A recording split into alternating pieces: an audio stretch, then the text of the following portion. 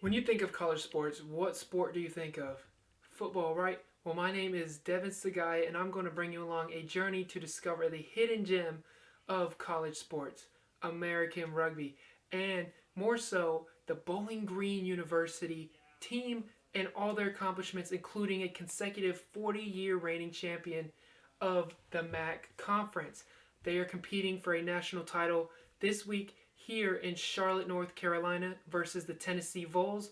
But before we can get into the match highlights, I would like to bring in some interviews with the coaches, the head coach, former coach, some players, along with maybe an alumni to bring some background info on this historic program and why they are the hidden gem of college sports. First one, the club started in 1968. It was started by, I believe, three English grad students who wanted to start a rugby team. My father, Roger, was actually at the second practice all time and basically has been there ever since. You know, now that my dad is retired, he doesn't have to worry about ever losing one, and so I have to, worry about whether I'm going to be the first one to lose one in however long. It's always been interesting, and actually, for a long time before the conference actually started as a full conference, the MAC championship was decided over a weekend at a tournament. So that's something a lot of people forget about. It was played. We would play up to 4 or 5 games over a Saturday and Sunday period. They were shortened games, but that's what it was like. So there was a lot of pressure back then to obviously not just win one game each weekend, but go through an entire weekend not losing and finishing the tournament. So it's a good thing to be a part of. Obviously, there's this looming disaster waiting to possibly happen, but it hasn't happened yet. So as far as my background with the team, I go back quite a ways. Like right from the very beginning, I was on the freshman football team, and I walked by, I think it was their second practice they ever had back in 1968. I don't remember who this, I think Lyndon Johnson was president back then.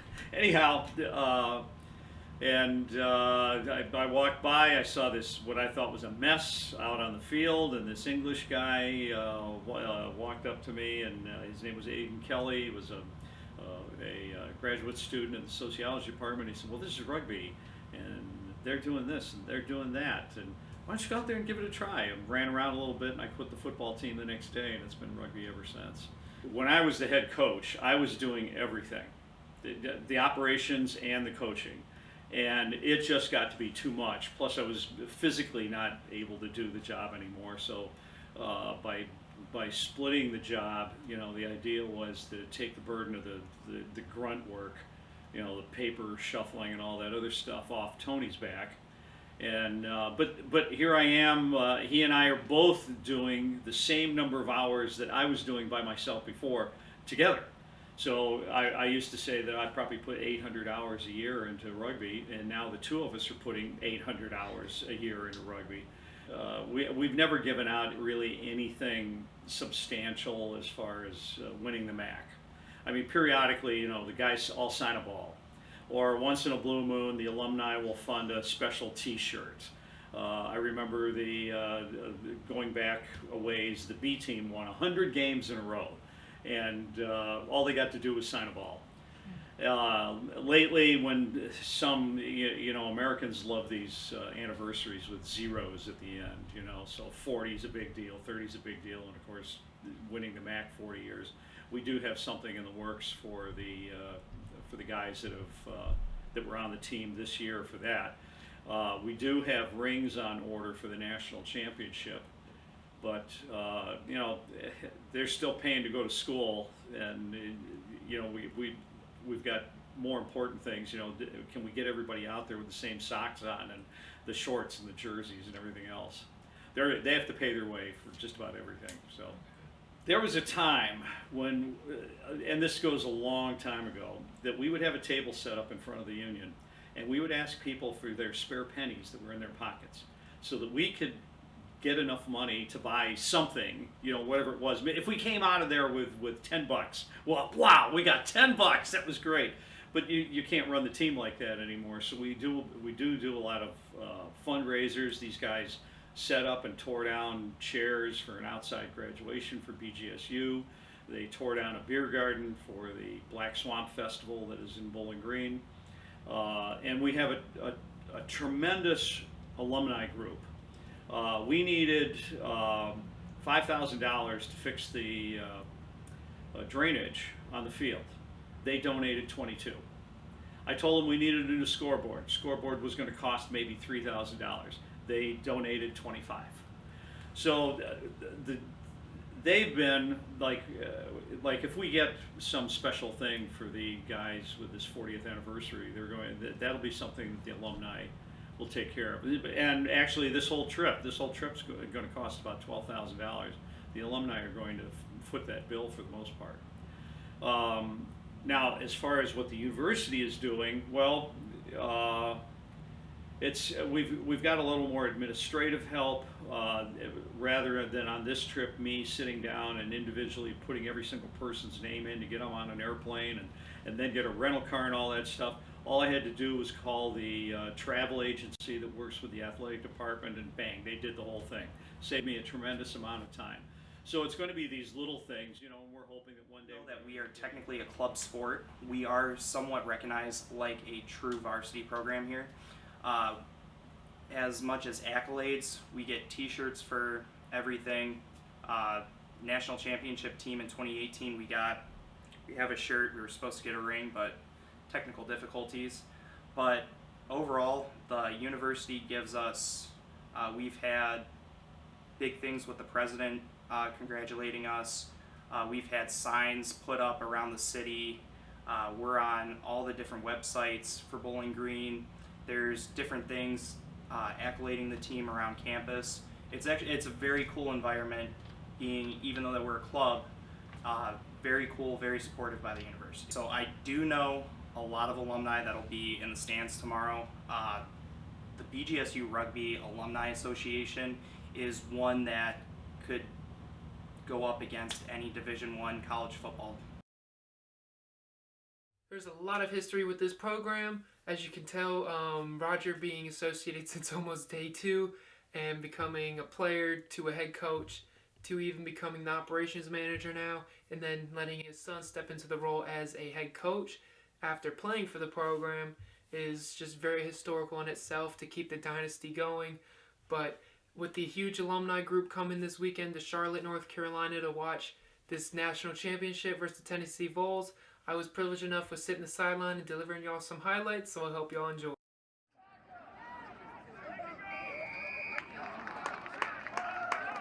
Punch it in now!